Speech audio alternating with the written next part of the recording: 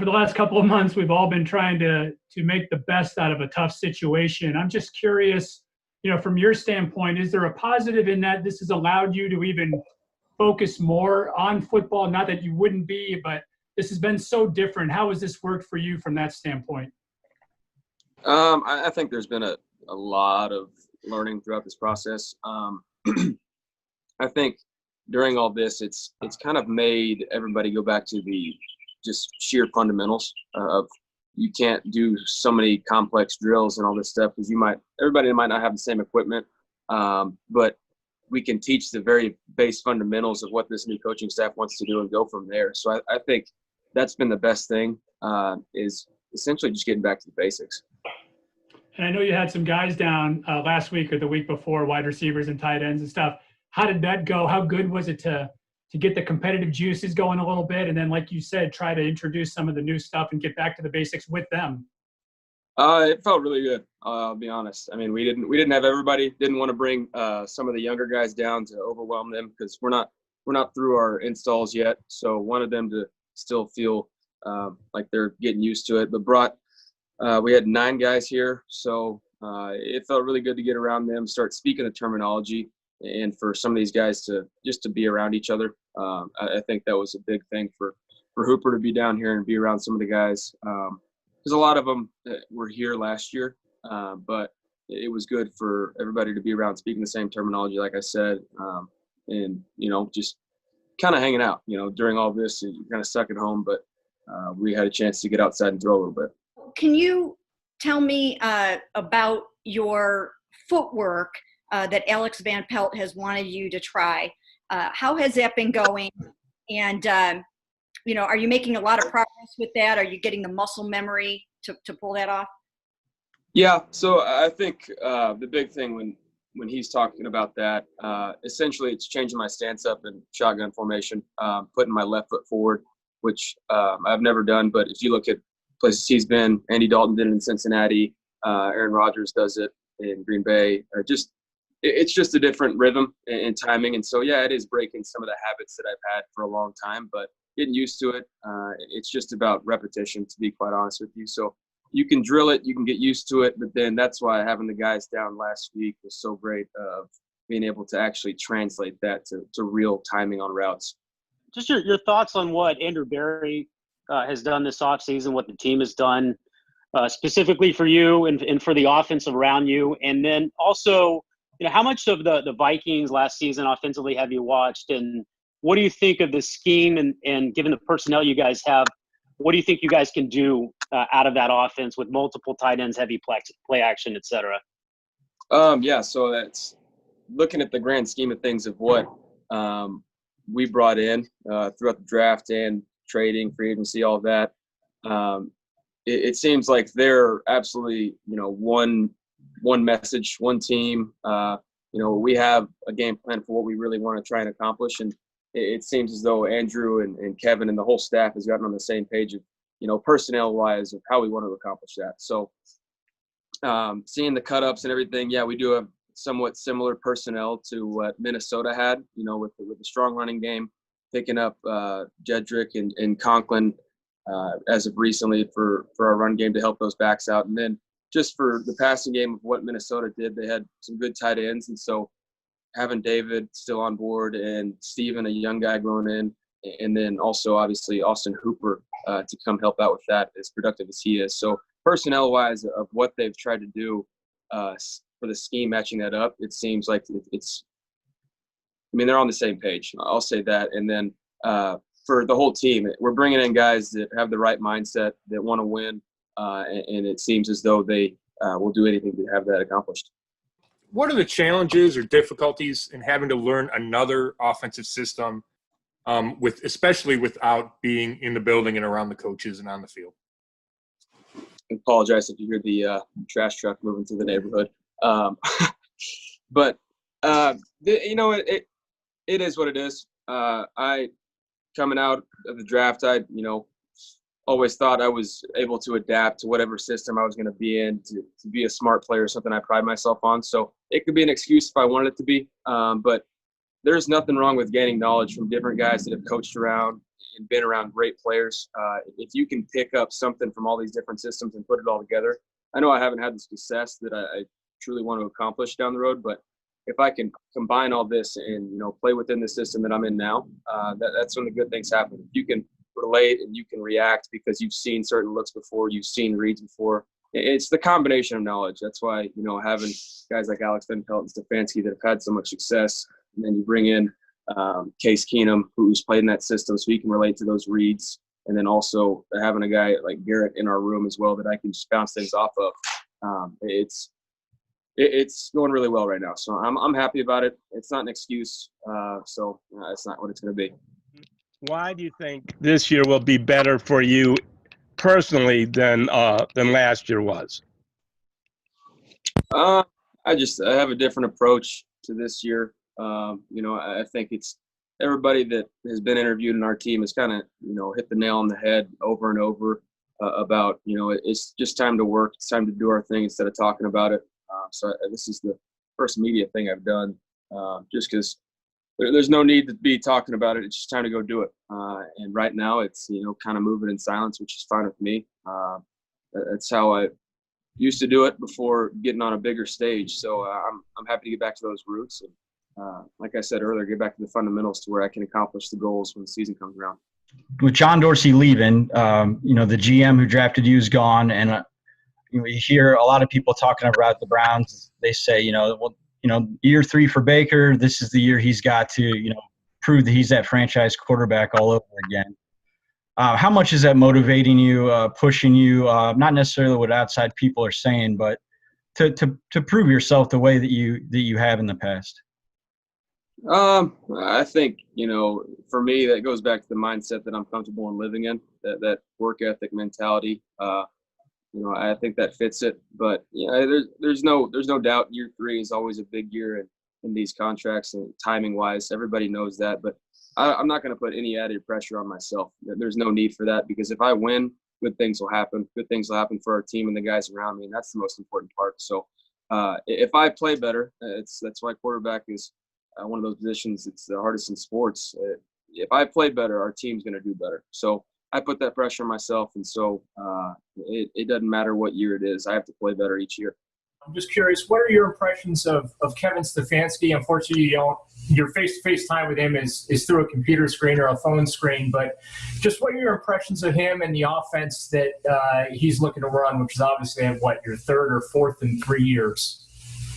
Yeah, no, Kevin's obviously an extremely sharp guy, and he's able to relate to everybody, and that's one of the best parts about him, being around him so far. And just hearing his message, it's everything he does is with a purpose. It's a very deliberate message, and he has everybody believing in that on the staff. And so I think that's how the foundation should be set, and he's doing an unbelievable job of that. And then scheme-wise with him, of establishing the run and everything he did in Minnesota, and then what that does for the rest of the game, opening it up in the play action, in the pass game, and also just controlling the clock. They were a very efficient team for the past few years, and so and that's kudos to him. You talked about how important this year is. Do you feel like this virus and this has changed you personally and maybe made you realize how important football is and give you a new motivation kind of? Oh, absolutely. I think everything that we might have taken for granted, when we were living in a non-quarantine life, I think we'll look back on that when things do open up again, hopefully soon, that we'll take advantage of those opportunities, because you only get so many in this game of football that I've been blessed to play. It doesn't last forever. And so to be able to take advantage of that and, enjoy the moments, I think is going to be good for me. Getting back to that and having fun and enjoying the process of how to get to the winning, because that's the most enjoyable thing looking back on it. It might not be fun during the process, but then you look back and you're very grateful for that process. So I think it's taken us back to the basics, like I keep saying, but I think that's very true. Everyone gauges year 3. It's kind of a measuring stick. Some guys have made it to the Super Bowl by year 3. Is that unfair to you in a way? I mean, those guys didn't play for 3 different head coaches in 3 years. No, it's not an excuse for me. I said I always have. The best quality about a quarterback is raising the productivity and the level of the guys around him. So it doesn't matter what's going on. If I do my job and try and do that and accomplish that, then I'm playing quarterback at a high level. So, year three, but the goal every year is to make it to the Super Bowl. If you don't set that goal, then you're playing for the wrong reasons. You're not playing to win. So it is what it is. Like I said, it's not an excuse. How do you feel your skill set matches what Stefanski's offense is and how it brings out the best for you? I think it matches up very nicely. Being in control, getting checks in the run game, just being efficient. And last year I know was not a great year for turnovers, but I've always prided myself on not turning the ball over. And so that's something the conversations we've had is when we do take our shots, it has to be smart decisions, and there's nothing wrong with a good incompletion every once in a while. So the scheme-wise, I think my skill set matches up to that very well, and then also how he's coaching it. I think it's going to be a great fit.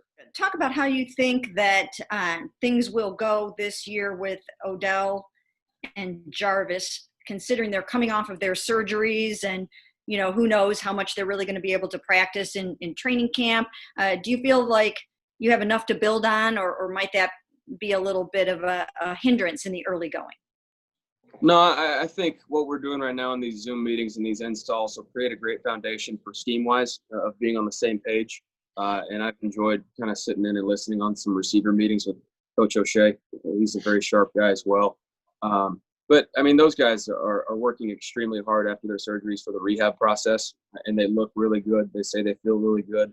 And it appears that way. It's just a different mindset going into it. And I think, like I said, I think they went back to the basics. They're ready to take over, and it's their time now. They know that. They know that we only have so many more opportunities together. So they're going to do everything for each other, and I'm looking forward to see the productivity they have. Case Keenum being here, how has your relationship developed here, virtually? And what do you think about having a guy like that in the room with you who's succeeded with Kevin Stefanski and in this scheme? I think that's a huge part of, why I was looking forward to being around Case, was that he was in this system so I can, hear his thoughts on how it's taught, how he reads it. He's been in a lot of systems as well, and it hasn't been an excuse for him. And so just hearing how he visualizes certain things, certain reads has been great. And he was able to come to the throwing session we had here in Austin as well. He's down in Houston, so he drove up. And it was great for him to be around those guys too, because it's his first time meeting a lot of them. But he's a great guy, great veteran to have in the room. Yeah, Baker, you were talking about Odell and Jarvis just a second ago. How big of an issue was that for you, for the offense, those guys just basically being hurt to varying degrees throughout the entire season? And how important is it for this offense reaching its potential, those guys being right, and you guys being able to practice every day instead of sporadically throughout the season? I think, them being a little bit banged up, well, not a little bit, they had to have surgery. So, no, it definitely hindered them physically, obviously, but the mental part of it, the frustrations that came from that, I think affected it more because, if you don't feel like you're able to play at a certain level, that's frustrating. That's really frustrating if you're not able to physically do the things you're normally capable of doing. So for them, I feel that frustration, but like I said earlier, they're taking advantage of this time to get better, and I'm looking forward to see what they do this year. I'm curious about your feelings, around this virus and when you're going to be able to come back. Are you optimistic there's going to be a full season? Are you scared at all to see how it's going to be being around so many guys, contact sport, and are you confident it's going to be safe? I'm expecting to have a full season, to be quite honest with you. I don't know if we'll have anything in the off season. I know there's rumors going around about a possible mini camp or things like that. But I'm staying optimistic because the world needs sports. We need to, be safe with that in mind. But I think hopefully soon it'll start to open up and we'll have football back again because I know I need something to watch on TV right now. It'd be great to watch the playoffs of basketball. So it's good to hear the news that other sports are attempting that. And I think that's the blessing in disguise about football having a later start in the season. So we get to, see how people handle it, how it goes before we really have to make any rash decisions. Player safety is obviously something that's at the forefront. J.C. Tretter is now the union president. He's obviously in your locker room. So from your perspective, what needs to happen, or what would you like to see happen that would make you feel safe, both as a man as well as a player? I think there's a lot of steps that people are taking now of, washing your hands, doing all the basic stuff we've talked about, social distancing, and helping out just to kind of clean the world as it is. So I think as it continues on, there will be different steps that everybody takes just throughout everyday life. And so I think once we get there, down the road, I can't predict the future about if there will be some better treatments and things like that. But, I'm expecting a good process and for us to be able to open up. JC is in our locker room, like you said, and he's going to lead a great charge with an NFLPA. Baker, I'm sure you've been stir crazy more times than not during this whole thing. What have you done to kind of keep yourself entertained and not be at Emily's throat too much? No, I've tried to get better at golf. It's not happening. But my effort's there. I've always been a high effort guy. So I'm swinging hard still. It's still not going straight. Other than that, tried to find some new shows, enjoyed the Tiger King, got back into Ozarks. We've been on the lake quite a bit, trying to enjoy the weather while we can. I'm sorry for you people that are in Cleveland right now. But it's been pretty hot down here, so getting outside and a lot of board games, to be quite honest with you. A lot of competitive board games that don't always end in happiness, but it's good to keep that dry.